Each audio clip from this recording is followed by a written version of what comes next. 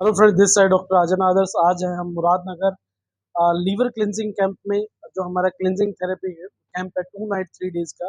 और इसमें अभी हम लीवर क्लिनजिंग कर चुके हैं, किडनी क्लिनजिंग कर चुके हैं, आई क्लिनजिंग कर चुके हैं। और अब बारी है किसकी?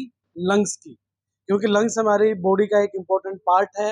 अगर वो प्रॉपर वे से ठीक है, और आपने नोटिस भी किया होगा कोविड के बाद बहुत सारे लोगों को इश्यूज आते हैं ब्रेथलेसनेस को लेके। और अभी आपको पता भी है कि कोविड का प्रारूप प्रकोप दोबारा से भी आने वाला है, और जो कि बहुत ही खतरनाक हो सकता है। इसलिए अगर आपके लंग्स ठीक हैं तो डेफिनेटली आप भी कोविड से बचे रहेंगे, सांस की प्रॉब्लम से बचे रहेंगे। तो अब हम जानेंगे कि लंग्स क्लिनजिंग कैसे करते हैं और उसकी क्या विधा होती है जो क्लिनजिंग कैंप में लगाई जा रही है। प्लीज आइए। देखिए, अगर आप इधर आ जाओ तो ज्यादा बेटर हमारे बीच में डॉक्टर यशपाल गुप्ता जी हैं। तो सर, अभी ये प्रोसेस क्या हो रहा है? ये लंग क्लींजिंग का प्रोसेस है। ओके। यहाँ पे फेफड़ों में जो भी प्रॉब्लम आ जाती है, बीमारी जो हो जाती है, म्यूकस जमा हो जाता है। एक हो जाती है प्लूरिसी, एक बीमारी होती है प्लूरिसी, या फेफड़ों में पानी जमा हो जाता है और सांस लेने में प्रॉब्लम होती है, और वो सब होती है जिंक। ओके। अगर जिंक हमारे शरीर में कम है तो सांस संबंधी अस्थमा है, प्लूरिसी है, ऐसे फेफड़ों संबंधी बहुत सी बीमारी हो जाती है। उसके लिए अगर लंग क्लींजिंग किया जाए तो उनमें बहुत लाभ मिलता है। तो अभी सबसे पहले लंग्स क्लींजिंग के लिए हम ये जो मसाज कर रहे हैं, कौन से ऑयल की कर रहे हैं? ये हमारा कैस्ट्रॉयल होता है। कैस्ट्रॉयल स्पेशली कोलेस्ट्रॉल को इसलिए लिया जाता है कि इसका ये बहुत थोड़ा सा थिक होता है, और थिक होने के बाद जब पेनिट्रेट करता है तो बहुत देर तक असर करता है। बहुत देर तक लंग्स तक पहुंच कर हीटिंग देता है, जिससे उसका म्यूकस, जो म्यूकस है वो मेल्ट होने लगता है। और मेल्ट होने लगता है तो उसके बाद क्या होता है कि उसकी जो फेफड़ों की जितने भी छिद्र हैं वो खुलने लगते हैं। तो डॉक्टर साहब, हमें ये मालिश कितनी देर तक करनी चाहिए? ये ज्यादा 10 से 12 मिनट। और उसके बाद क्या होता है, इसको गर्म करना है पूरे। ये जो चेस्ट का हिस्सा है ना, यहाँ से हाँ जी, हाँ जी। ये सब पूरे चेस्ट के हिस्से को हीट देते हैं, हीटिंग पे लगे। फिलहाल इनका कपड़ा लेते हैं, इसमें क्या है ये रख दिया। अब इसके ऊपर, क्योंकि डायरेक्ट अगर हम हीट लगेंगे तो गर्म वो लगेगा, लाइए हीटिंग बेड लाइए। और ये आप देख लीजिए, अगर अगर गर्म लगे तो आप हटा दें। ठीक है। बदलते रहे, जगह बदलते रहे। यहाँ पे रख दिया, ये यहाँ रख दिया, ये कर दिया, जगह जगह बदलते रहे। तो ये जो है हीटिंग की सिकाई होगी, तो इससे जो कैस्टर ऑयल है ये वो अपना लंग्स मेल्ट के होकर अंदर पेनिट्रेट हो जाएगा। रोम चित्रों में मेल्ट होकर अंदर तक पहुंचेगा। एक इसमें कपड़ा एक और लगा दिया जाए लपेट कर, जैसे हाथ पकड़ने में। हाँ, थोड़ा ज्यादा गर्म, हाँ गर्म है।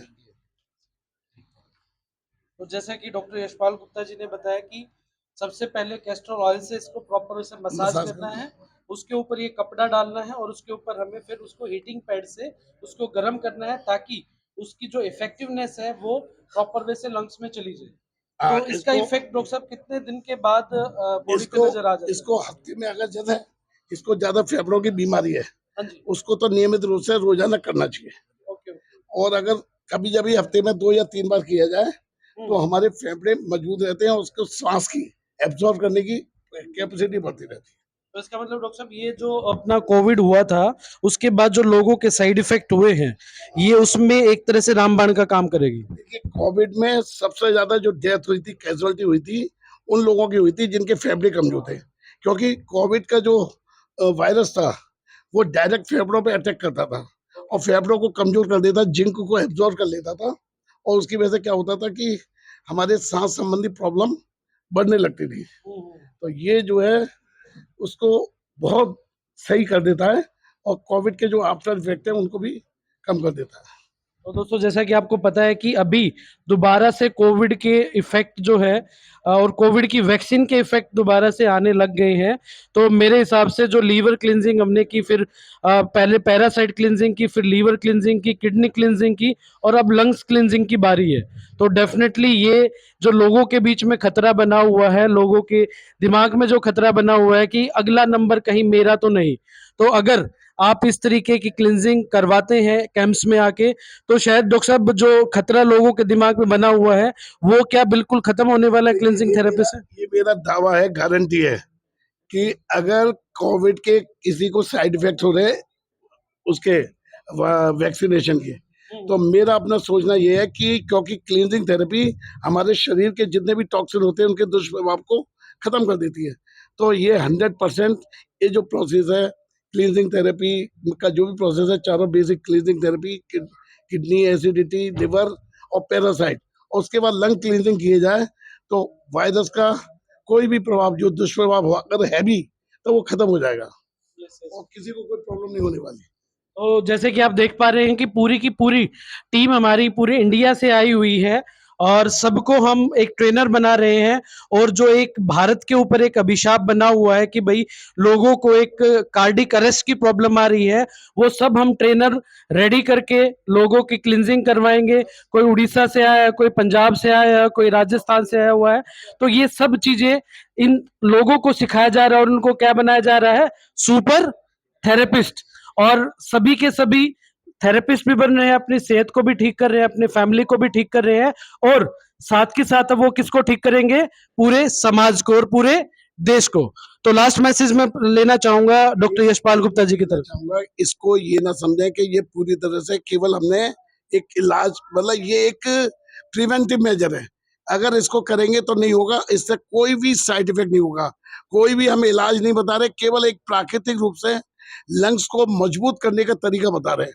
और ये कोई मेडिकल साइंस नहीं है, हमारे दादी नानी पुरखे वगैरह सब सीने की मसाज करके सिखाई करते थे। आजकल जो मसाज केंद्र भी खुले हुए हैं वहां पे भी यही काम होता है, लेकिन एक प्रॉपर तरीके से अगर किया जाए तो लंग्स की क्लींजिंग करने के बाद वो लंग्स में वो मजबूती आ जाती है कि आपको कभी भी ऑक्सीजन संबंधी फेफड़ों में ऐसी प्रॉब्लम फेफड़े की आने वाली नहीं है। ये केवल प्रिवेंटिव मेजर है, कोई ट्रीटमेंट नहीं है।